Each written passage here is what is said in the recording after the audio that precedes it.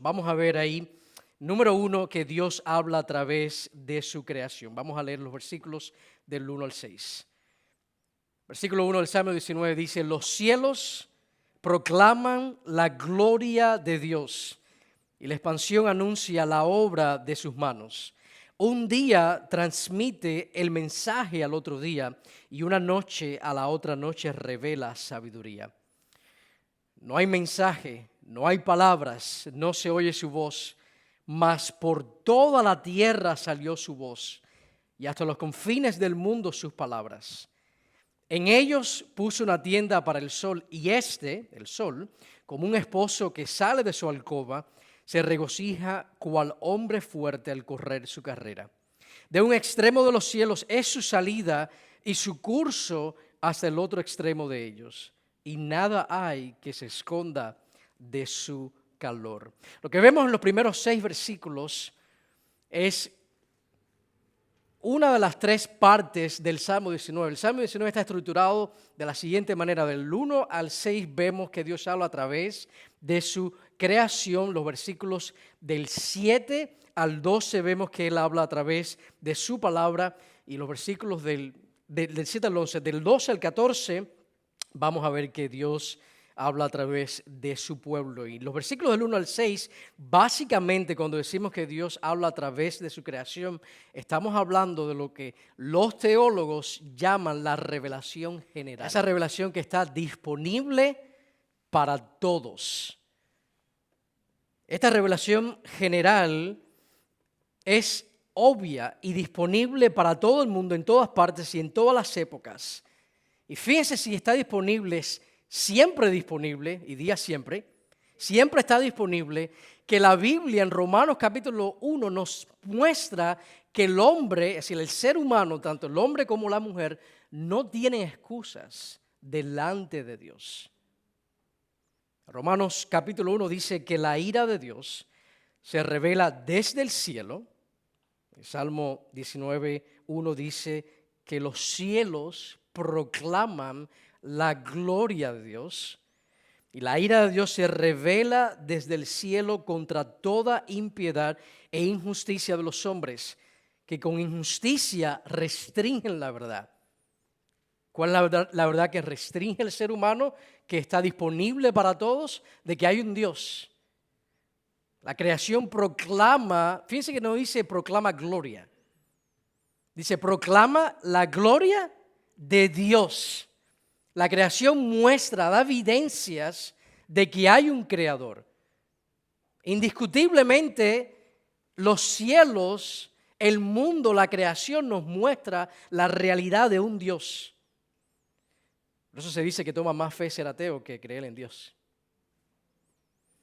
Y Romanos 1 continúa diciendo que lo que se conoce acerca de Dios, dice, es evidente dentro de ellos. Pues Dios se lo hizo evidente. Porque desde la creación del mundo, ¿y cómo Dios lo hizo evidente? Dice, desde la creación del mundo, cuando Dios escogió crear, mostrar su gloria, hacer evidente, dice, sus atributos invisibles. ¿Y cuáles atributos? Su eterno poder y divinidad. Dice que se han visto, me encanta porque Romano dice que se han visto con toda claridad. Indiscutiblemente, innegablemente, el ser humano, desde Adán hasta el día de hoy y hasta que Cristo regrese, tiene a su disposición la revelación general de Dios que proclama la gloria de Dios, que hace evidente la realidad de un Dios creador poderoso.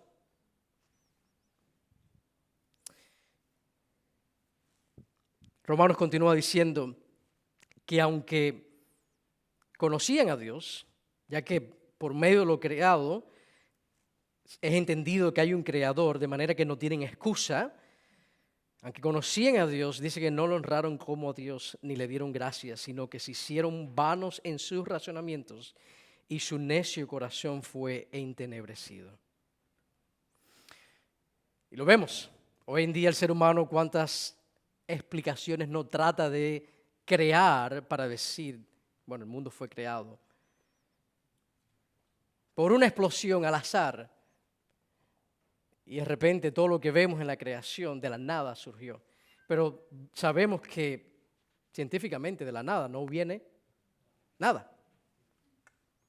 Entonces tuvo que haber algo fuera de todo lo creado que dio inicio a la creación. Por eso que la revelación general es suficiente para condenar al mundo, al infierno.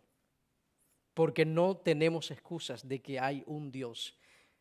Nadie puede pararse delante de Dios y recriminarle diciéndole, tú no me diste suficientes evidencias para creer en ti. No había disponible evidencias donde yo vivía para creer en Dios.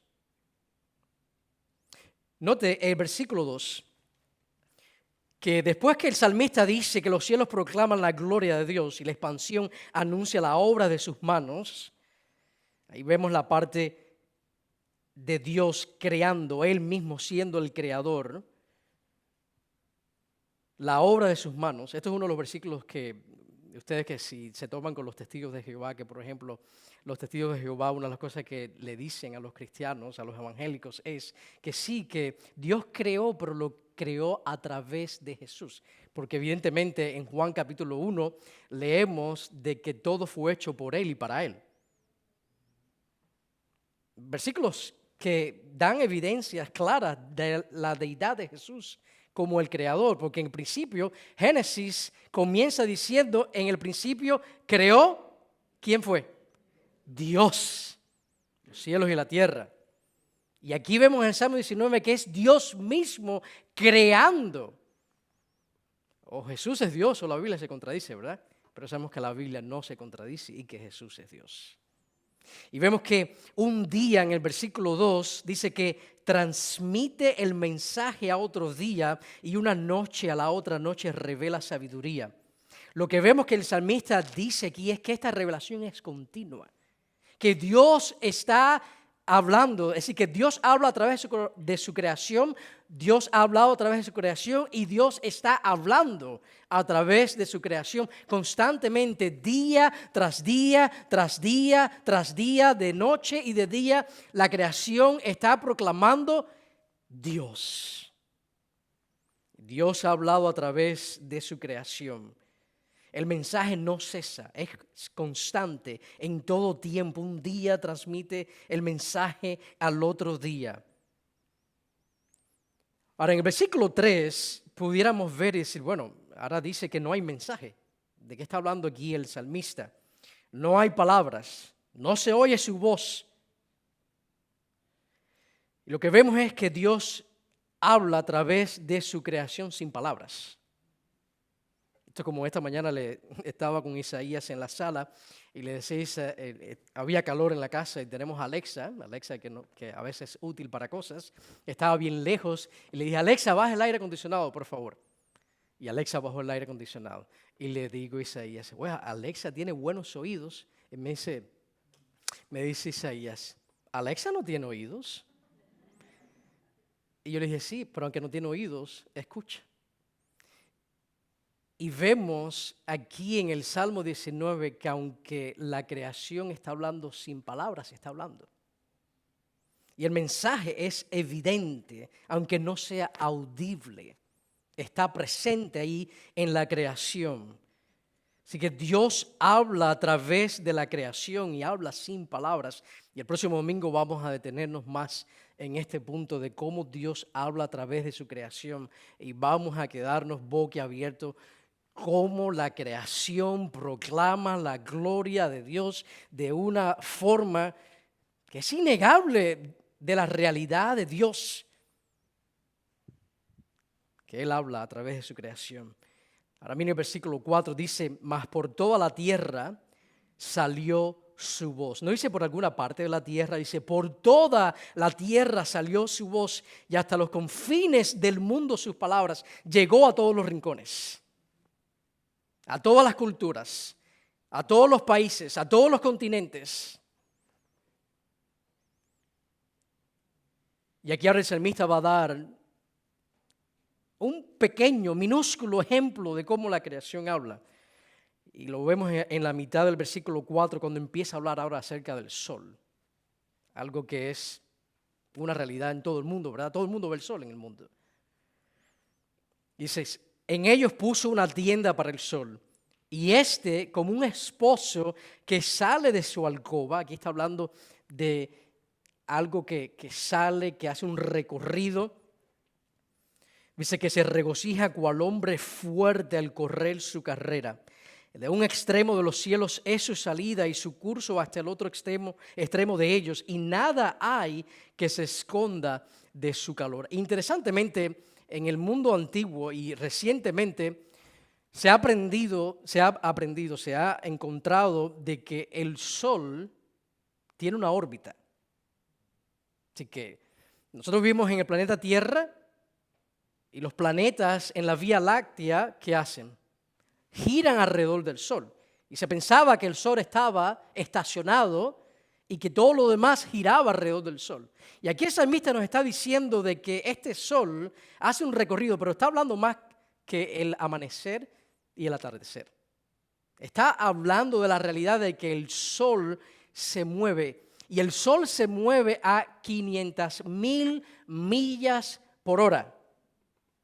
Y a esa velocidad está arrastrando todos los demás planetas con él a través de la galaxia. Y se ha visto que la órbita del Sol, por donde el Sol está en movimiento, es de 230,000 millas.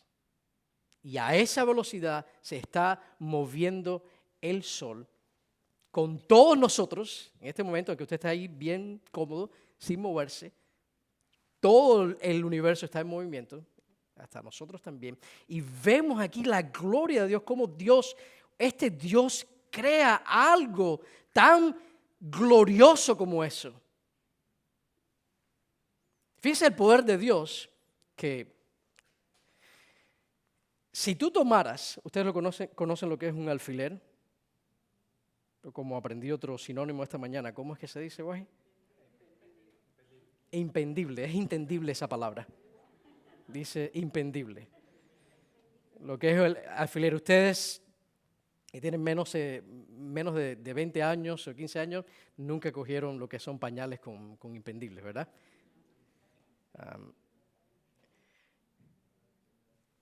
El Sol, fíjense el poder de Dios.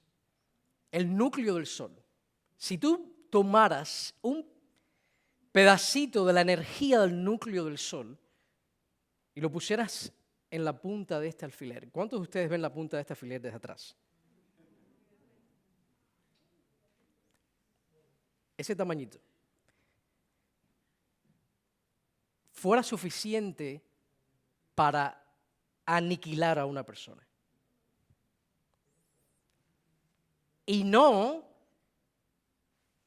pegado a la persona, no de aquí a Hialeah, no de aquí a Chicago, donde Roger vino, a 1,000 millas de distancia. Un pedacito de energía del núcleo del Sol que pudiera caber aquí en este alfiler. ¿Ustedes creen que Dios es poderoso? Y Dios creó ese Sol. Dios habla a través de su creación. Ahora, cuando vamos a los versículos del 7 al 14, vamos a ver que Dios habla a través de su palabra. Y encontramos algo interesante porque el salmista hace una transición de lo que es la revelación general de Dios a la revelación específica. Porque la revelación general de Dios tiene algo en particular que es suficiente para condenar, pero no para salvar. Por eso dice que nadie tiene excusas. Nadie se salva mirando una mariposa, ¿verdad? Ni de vacaciones sentado en una playa y disfrutando el mar. Es suficiente para mostrarnos la gloria de Dios, pero no la gracia de Dios.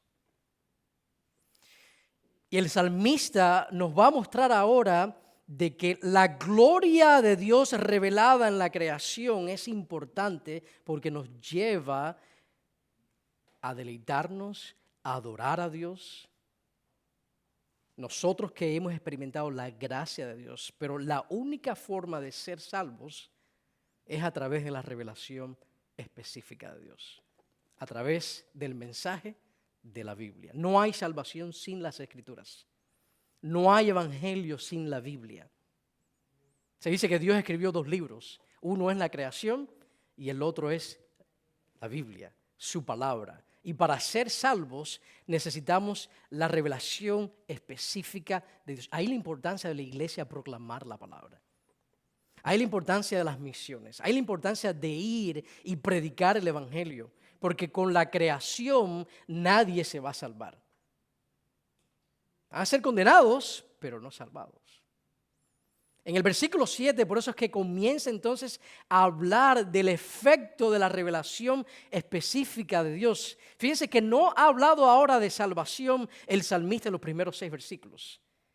En el versículo 7 es cuando él comienza a decir que la ley del Señor es la que restaura el alma, es la que transforma el alma, es la que puede dar vida a un pecador, es la que trae vida nueva.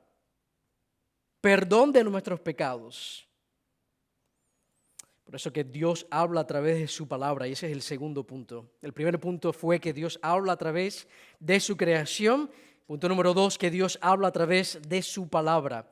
La ley del Señor es perfecta. Restaura, transforma, convierte, reanima lo que estaba muerto. Da vida al alma. Pero no la creación, la ley del Señor. La revelación específica de Dios. No hay salvación sin la Biblia.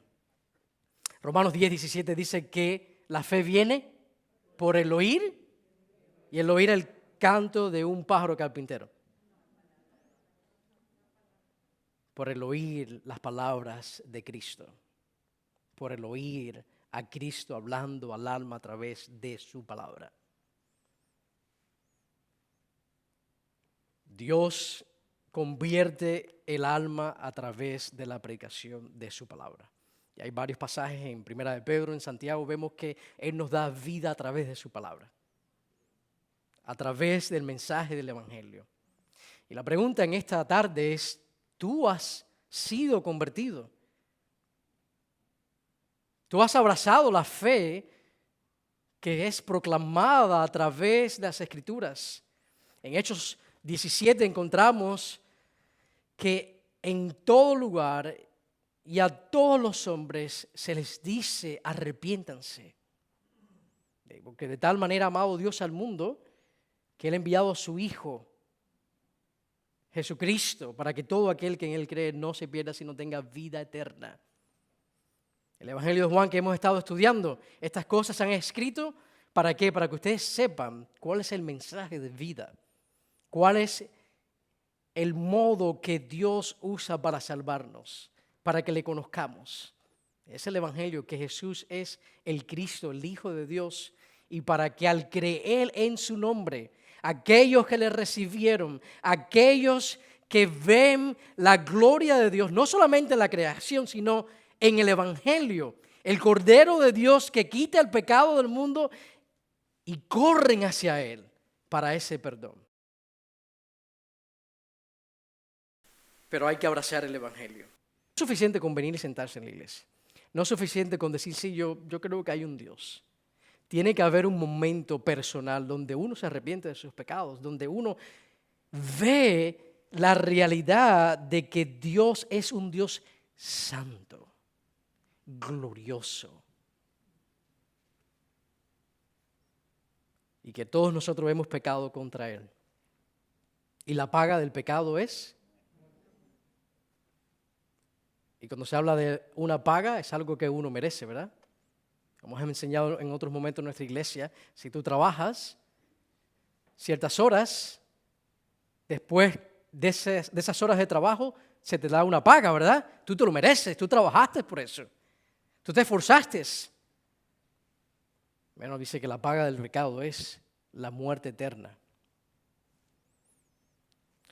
Pero Dios muestra su gracia a través de su palabra. Dios habla a través de su palabra. Así que la creación de Dios muestra su gloria, su palabra muestra su gracia. Y el mensaje de las Escrituras no es solo suficiente para salvar. Miren el versículo 7, dice que es perfecta, restaura el alma. Este testimonio del Señor, esta palabra de Dios, que es segura, hace sabio al sencillo. Nos hace sabio. La Biblia, la palabra del único y verdadero Dios, es la verdad eterna, es la única fuente de vida eterna que nos convence de nuestro pecado, que nos advierte del juicio venidero, que nos recuerda de que Dios salva al pecador, que la palabra nos purifica, nos limpia. Es aquel medio en el cual Dios usa para madurar al creyente. En Juan 17 encontramos a Jesús orando al Padre diciendo: Padre, santifícalos en tu verdad. ¿Cómo sucede eso? Tu palabra es verdad. Y la palabra de Dios, en la palabra encontramos que también vemos la esperanza que tenemos de gloria eterna. Debido a que la palabra revelada de Dios, las Escrituras, la revelación específica de Dios por la cual Dios hace su obra y santifica y nos hace madurar y nos sostiene, por eso la iglesia debe estar comprometida a la predicación de su palabra. El poder se encuentra en la palabra, no en el mensajero. El poder está en las Escrituras. Y la iglesia y cada creyente debe estar comprometido con la predicación de la palabra, con vivir la palabra, con abrazar la palabra. La iglesia dice en 1 de Timoteo 3 que es columna y sostén de la verdad. La iglesia tiene que tener la palabra de Dios como un tesoro preciado. Más adelante David va a decir que es más valiosa que el oro, más dulce que la miel. Y tristemente la iglesia no tiene un amor profundo por las Escrituras. No las tomamos muy en serio. Si no me cree, pregúntele cuántos cristianos se han leído la Biblia entera. O cuándo fue la última vez que te tomaste el tiempo de leerla completa. Y de no solamente leerla, sino también memorizarla y aplicar lo que ves aquí. Y Dios usando su palabra para enternecer tu corazón y producir afectos hacia Él y adoración y obediencia. La palabra de Dios es importante porque el mundo nos dice constantemente otros mensajes que no van a producir los frutos que vemos aquí. El mundo nos dice, vive para el momento, ¿no es cierto? Pero la Biblia nos dice, vive para la eternidad. El mundo nos dice, tú primero, después los demás. La Biblia nos dice, considera a los demás como superiores a ti. El mundo nos dice, si se siente bien, hazlo. La Biblia nos dice, si glorifica a Dios, hazlo. El mundo dice, toma el camino más fácil. La Biblia nos dice, sigue a Jesús. Sigue a Jesús. El camino angosto que lleva a la eternidad. Y cuando nosotros buscamos la felicidad aparte, fuera del autor de las Escrituras, no encontramos la felicidad, nos alejamos más de ella. La felicidad se encuentra en el autor que escribió la Biblia, y es Dios.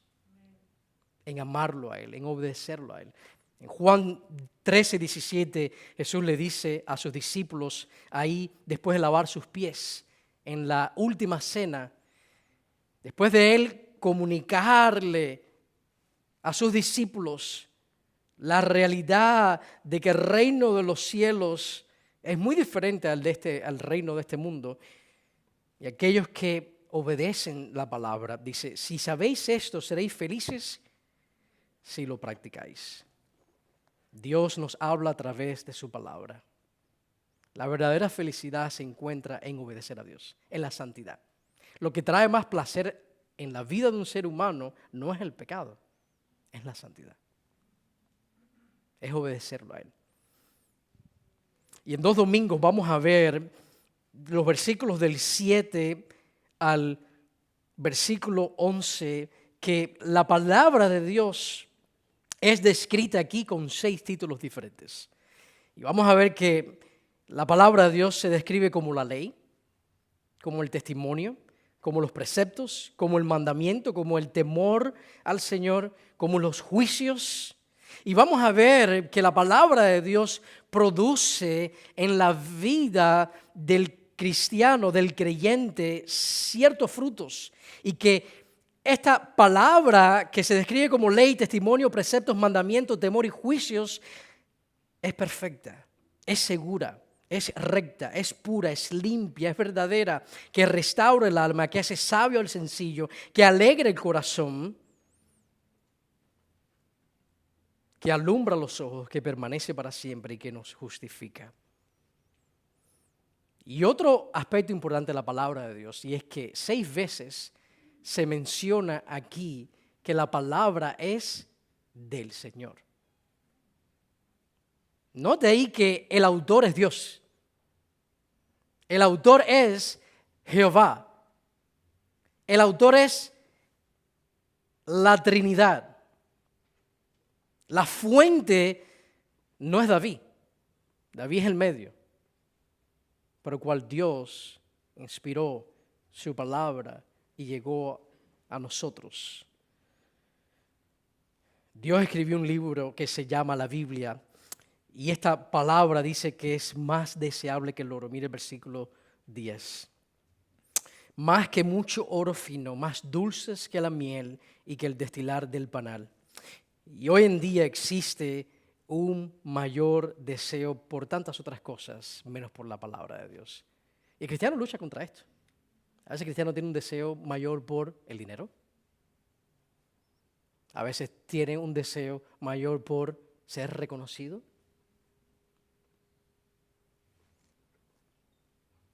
Por la vanidad de la vida, de cómo luzco, o qué tengo, o dónde vivo, o a dónde fui, o lo que he hecho. Y apreciamos otras cosas. Pero aquí el salmista nos dice que el oro representa que la palabra de Dios debe ser nuestra posesión más valiosa. Y que la miel nos recuerda de que lo que trae más gozo y satisfacción en la vida de la persona es la palabra de Dios. Cuando está produciendo estos frutos, cuando la persona se está sometiendo a la palabra.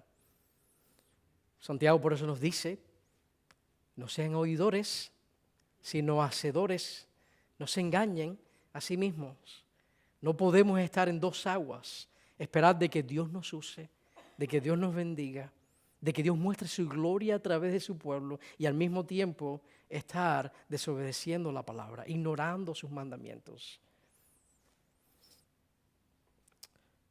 Y yo veo esta realidad del ser humano que busca satisfacción en otras cosas. Al frente hay un mercadito y a veces yo voy a buscar café durante la semana ya.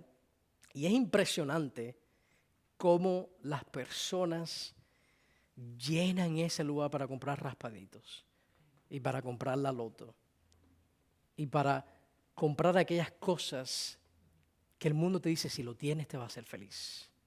Si lo tienes vas a resolver todos los problemas de la vida. Y no es que el dinero no tenga su lugar en la vida del ser humano, pero no es lo que nos trae la felicidad. De hecho, el amor al dinero es la raíz de todos los males. Pero aquellos que obedecen su palabra, versículo 11, dice que hay gran recompensa en guardar esos mandamientos. Dile a tu vecino, gran recompensa. Hay gran recompensa en obedecer la palabra de Dios. En guardarlos, David nos recuerda, hay gran recompensa. No hay nadie que vaya a ser defraudado obedeciendo la palabra de Dios. Nadie que tome la palabra de Dios en serio va a llegar al final de sus días y va a decir, mira que perdí tiempo obedeciendo la Biblia. Al contrario, si llegas al final de tus días sin haber obedecido la Biblia, vas a decir, mira que desperdicié mi vida por no haber obedecido la Biblia. Tenemos que aferrarnos a lo que dice la palabra. Hay que vivir, porque el versículo 11 nos recuerda que tendrás gran recompensa. Nunca vas a perder aplicando la Biblia. Nunca perderás. Continúa aplicando la palabra de Dios. Continúa amando a tu esposa. Continúa instruyendo a tus niños en el temor y disciplina del Señor. No te canses de orar. No ceses de caminar por fe. Continúa haciendo el bien porque tendrás gran recompensa. Así que Dios nos habla a través de su palabra. Ahora, número 3, vamos a ver que Dios habla a través de nosotros. En Romanos 1:5, Pablo dice que por medio de Jesucristo nosotros hemos recibido la gracia. Hemos recibido perdón de nuestros pecados. Hemos sido adoptados ahora a través de la fe en Él, en la familia de Dios. No todos somos hijos de Dios. Todos somos creación de Dios, pero solo aquellos que han confiado en Jesús como Señor y Salvador son hijos de Dios. Son aquellos que han sido lavados de sus pecados, perdonados. Y aquellos que han recibido la gracia a través de Cristo, dice que han recibido esa gracia para promover la obediencia a la fe entre todos los gentiles, por amor a su nombre, a través del mundo entero. Hemos sido salvados, hemos recibido esta gracia, hemos experimentado perdón para que ahora Dios a través de nosotros, el Evangelio salga. Dios habla a través de su pueblo. En Romanos capítulo 10 encontramos, dice, todo aquel que invoque el nombre del Señor, así que todo aquel que adore a Jesús será salvo. Ahora, ¿cómo van a invocar a aquel que no han creído? ¿Y cómo creerán en aquel de quien no han oído? ¿Y cómo oirán si no les predicamos? Dios quiere hablar a través de su pueblo. No hay un plan B. El Evangelio le ha sido confiado a su iglesia de ir y proclamar el Evangelio a todas las naciones, comenzando en Jerusalén. El Evangelio salió a través del mundo conocido. Pero tenemos que nosotros hablar. Ahora hay algo interesante, porque David no comienza hablando sobre cómo es que Dios habla a través de nosotros, sino comienza hablando primero acerca del pecado. Y el versículo 12, David dice, ¿quién puede discernir sus propios errores? Y aquí le ora a Dios diciendo, absuélveme de los que me son ocultos, de mis pecados ocultos. ¿Y por qué David comienza a hablar acerca del pecado? Vemos que Dios habla a través de su creación, Dios habla a través de su palabra y Dios habla a través de nosotros.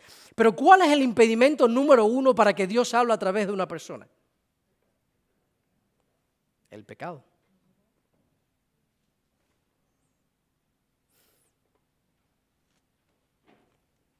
El impedimento número 1 en tu vida para tú ser instrumento en las manos del Redentor, para tú ser los labios del Redentor, es tu pecado. Especialmente el pecado no confesado. Aquellas cosas ocultas. Aquellas cosas que minimizamos. El pecado desenfrenado. Son aquellas cosas que tú sabes que tienes que detener y continúas haciendo.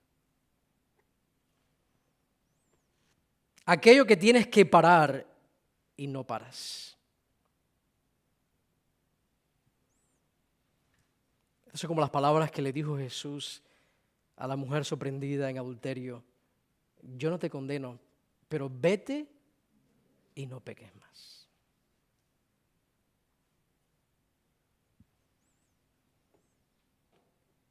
El pecado odia la obra que hace la palabra de Dios en tu vida. Fíjense que la palabra de Dios restaura el alma. La palabra de Dios en la vida del creyente hace sabio el sencillo, te alegra el corazón, te alumbra los ojos, da frutos permanentes y produce justicia. Pero ¿qué produce el pecado en la vida de uno? Es lo contrario de todo eso. El pecado sin confesar, el pecado minimizado, aquellas cosas que nosotros ignoramos, va a robarnos el gozo. ¿Tú no te has preguntado por qué no hay gozo en tu vida? ¿No te has preguntado por qué ves que hace tiempo nadie llega a conocer a Cristo por tu testimonio?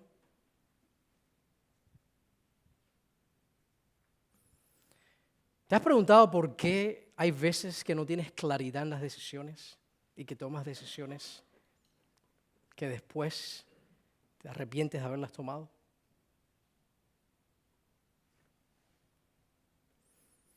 El pecado te robará la pureza, te hará tomar decisiones necias. El pecado te va a robar el amor por el Señor. Inevitablemente te robará el amor por tus hermanos en Cristo Jesús.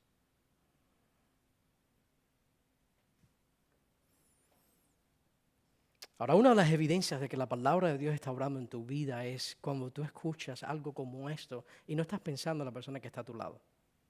Si fulano de tal escuchara esto, qué bueno está esto para llenar el espacio en blanco. Una de las evidencias de que Dios está obrando en tu vida, de que la palabra de Dios está hablando a tu vida, a tu corazón, aquello que Hebreos capítulo 4, versículo 12 dice que es esa espada que penetra hasta el alma, es cuando tú escuchas algo como esto y lo primero que haces es lo que hace David aquí. Señor,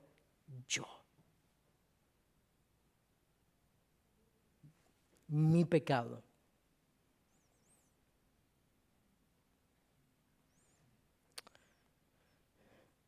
Con humildad, con sinceridad, miramos primero nuestro corazón, nuestro pecado. Tú nunca ganas cuando tú culpas a los demás. David aquí se mira primero a él, con sinceridad, porque el pecado nos ciega, el orgullo nos ciega. El pecado nos lleva a decir neciamente, yo no hice nada, fue ella.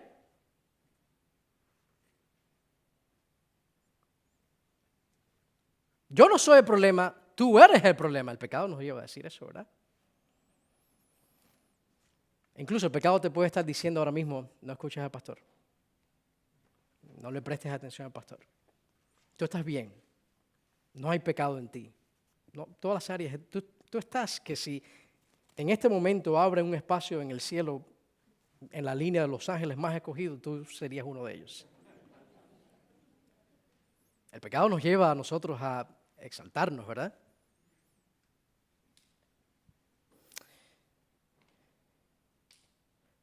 Este pasaje está incluido aquí en el Salmo 19 para enseñarnos sobre el poder devastador del pecado y sus consecuencias.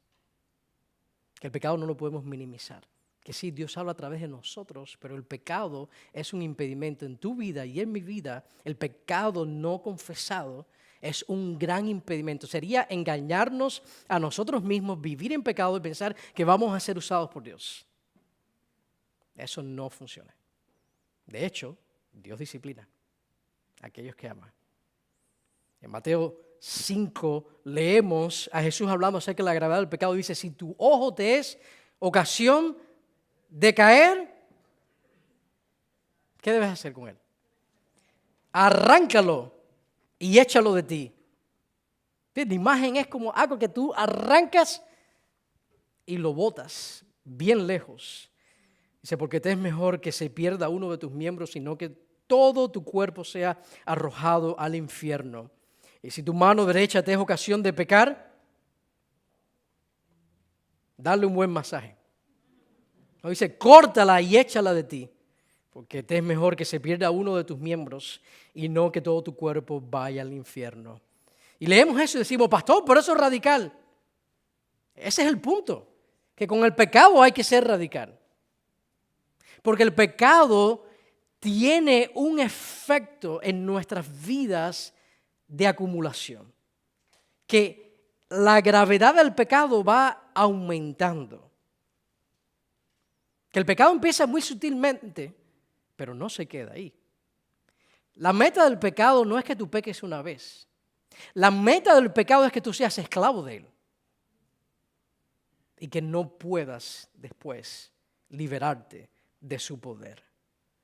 Con el pecado hay que ser radical, hay urgencia. Y eso es lo que nos está transmitiendo aquí el Salmo 19. Sin embargo, es triste ver cómo nosotros lidiamos con el pecado de una forma muy casual. Muy casual. Y el pecado va escalando en gravedad. Si no lo cortas a tiempo, el pecado se enseñorea sobre ti.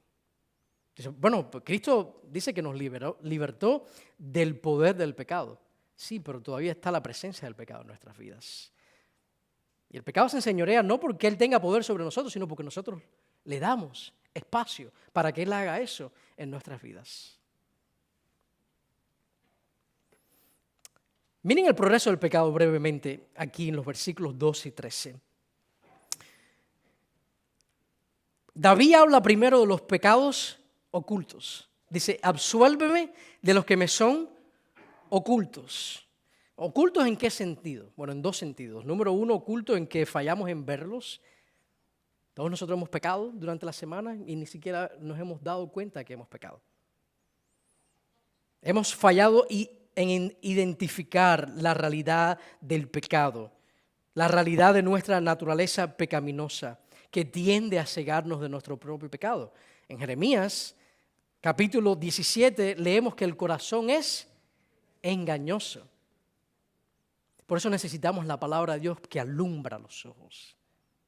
Nos muestra el pecado, nos muestra nuestras faltas, nos muestra el camino de gracia.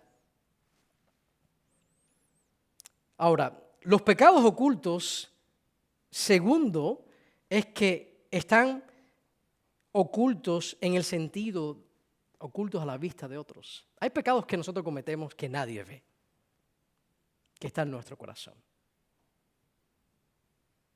Nos resentimos contra otros, sentimos odio contra otros, nos irritamos contra otros, asumimos en contra de los demás.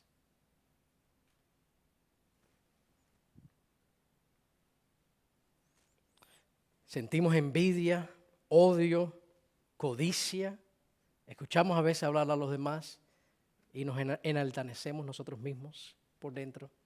Yo soy mejor. Yo he hecho eso más veces que tú. Mira que yo he visitado ese lugar como 3 veces. Y David dice, el pecado comienza así sutilmente.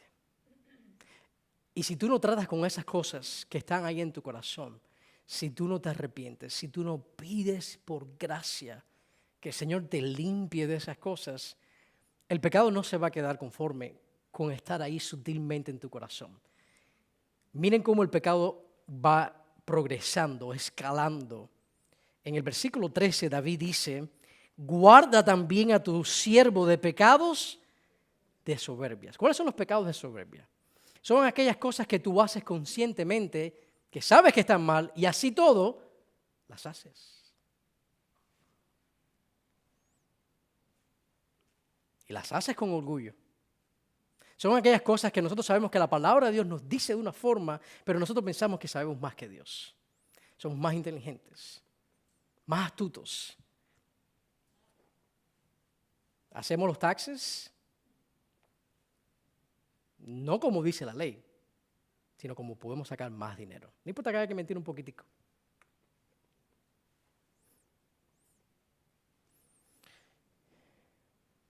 Nos emparejamos con gente no cristiana si somos solteros.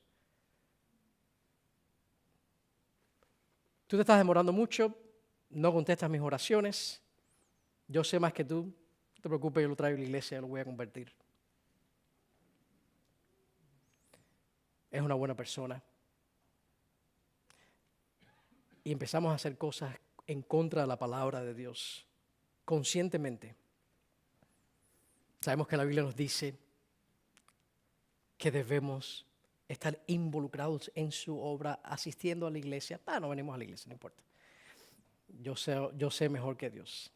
Yo leo la Biblia en mi casa, yo voy a estar de vez en cuando en la iglesia, no voy a servir. Total, ya hay gente que están sirviendo. Y sabemos que la Biblia nos llama a tener una vida devota a Él. ¿Y qué hacemos? Ignoramos la palabra de Dios.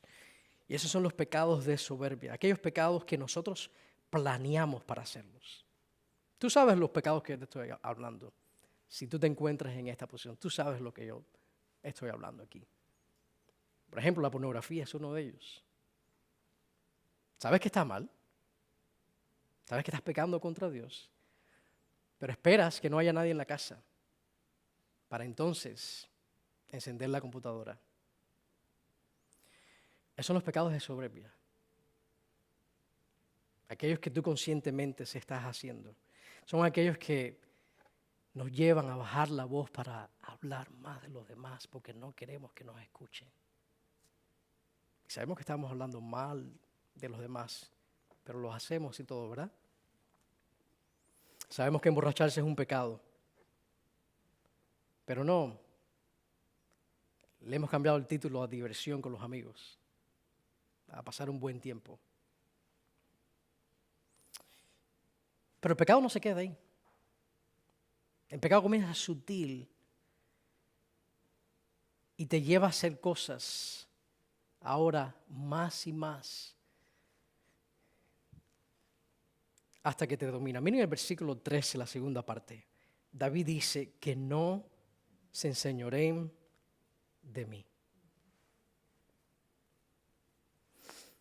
Y el pecado no confrontado, esos son los pecados que nos dominan. El pecado no confrontado, el pecado no confesado, el pecado que tú escondes, que no lo sacas, se va a convertir en un patrón en tu vida. Y ese patrón de pecado te llevará a buscar nuevas maneras de pecar. Y cuando estamos pecando, más y más nos va a llevar a deleitarnos en el pecado. Y ese pecado se convierte en idolatría, que haces lo que tengas que hacer para poder pecar, para poder conseguirlo. Y esa idolatría que te va a llevar a moldear tu vida, te va a llevar ahora de tú servir ahora al pecado, si no tratas con ese pecado. El pecado finalmente te esclavizará. El pecado es algo serio. Y es el impedimento número uno en tu vida para que Dios hable a través de ti. Cuando hablo de Dios hablar a través de uno, no es que hay una nueva revelación, sino que cuando nosotros hablamos las Escrituras, aconsejamos, hablamos palabras de vida. Cuando nosotros estamos hablando a otro hermano con amor, hablando la verdad, Dios usa todo eso para la edificación de su pueblo. Pero hay veces que vemos que lo que nosotros decimos no ayuda en nada ni a nadie. ¿Y por qué? Porque no hemos lidiado con el pecado. Déjenme enseñar una foto. En el costado de la casa tengo, eso le llaman las palmas de arenca. Cuando nosotros nos mudamos y compramos esa casa, ese lugar de la casa es el más fresco. A pesar del calor que hay en Miami, tú puedes estar en ese costado de la casa y es un lugar delicioso. Ahora, los otros días salí al costado de la casa. Llevaba varias semanas sin estar por ahí por el tiempo de la conferencia que tuvimos, estábamos bien ocupados y me encontré ese pasillo ahí que era un desastre. Eso estaba lleno de hojas secas, eso tiene unos frutos así, estaba lleno de frutos el piso, pero ya no era un pasillo deseable, transitable. Estaba lleno de basura, estaba lleno de moscas, y eso trae animales, y eso trae peste, y eso hace que algo que era bueno, ahora es un problema. Y hay que botar la basura, hay que recoger lo que estaba en el piso. Y recogí todo lo que estaba ahí, lo eché en la basura. Y el pecado es algo similar. La buena noticia para nosotros, los cristianos, es que la palabra nos dice que si confesamos nuestros pecados, Dios es bueno, es fiel, es justo para perdonarnos de toda nuestra maldad y limpiarnos de toda nuestra maldad. Y el pecado va a llevarte a ti a un punto donde dice, Dios no te ama, viste lo que tú haces. Dios no te ama, Dios no te va a perdonar. Pero no vemos que es así. Porque David termina diciendo que el Señor es su roca, que el Señor es su redentor. La garantía del cristiano no es que no peque. La garantía del cristiano es que en Cristo Jesús nuestro pecado no tiene una consecuencia eterna. Esa es la gran diferencia entre cristiano y no cristiano. Los dos pecan. El cristiano peca, el no cristiano peca también. La diferencia es que para el no creyente esas consecuencias del pecado son eternas. Para el creyente las consecuencias del pecado han sido ahora llevadas sobre Cristo Jesús. Y Él ha tomado nuestro castigo. Y Dios quiere obrar a través de su pueblo, a través de nosotros, pero tenemos que ponernos al día con el Señor. En 2 Timoteo 2:20 dice que en una casa grande no solamente hay vasos de oro y de plata, sino también de madera y de barro, y unos para honra y otros para deshonra. Por tanto, si alguno se limpia de estas cosas, será un vaso para honra, santificado, útil para el Señor, preparado para toda buena obra. Pero hay que limpiarse. ¿Cómo logramos eso? Bueno, aquí vemos a David con una entrega de corazón, una entrega real, sincera, completa, una entrega del corazón de él hacia Dios. David, fíjense que no solo le dice a Dios, sean las palabras de mi boca las correctas, sino también en su corazón. No solamente las palabras en nuestros labios, sino la palabra dominando nuestro corazón. Dios quiere hablar a través de nosotros, pero tenemos que lidiar con el pecado. Antes que Dios hable a través de ti, primero tiene que hablarte a ti. Primero tiene que impactarte a ti. Aquí David oró por gracia, en los versículos del 12 al 14. David está orando, esto es una oración, esos versículos. Y la oración de David es, Señor, ten gracia en mi vida, sobre mí, porque solo tú que eres mi roca, puedes producir en uno santidad, me puedes guardar del pecado, me puedes limpiar de toda mi maldad. David confiaba en Dios, como su roca, como su salvación. ¿Confías en Él? ¿Crees que Él puede lidiar con el pecado en tu vida? ¿Que Él puede limpiarte de toda tu maldad? Sabemos que sí. Vamos a orar.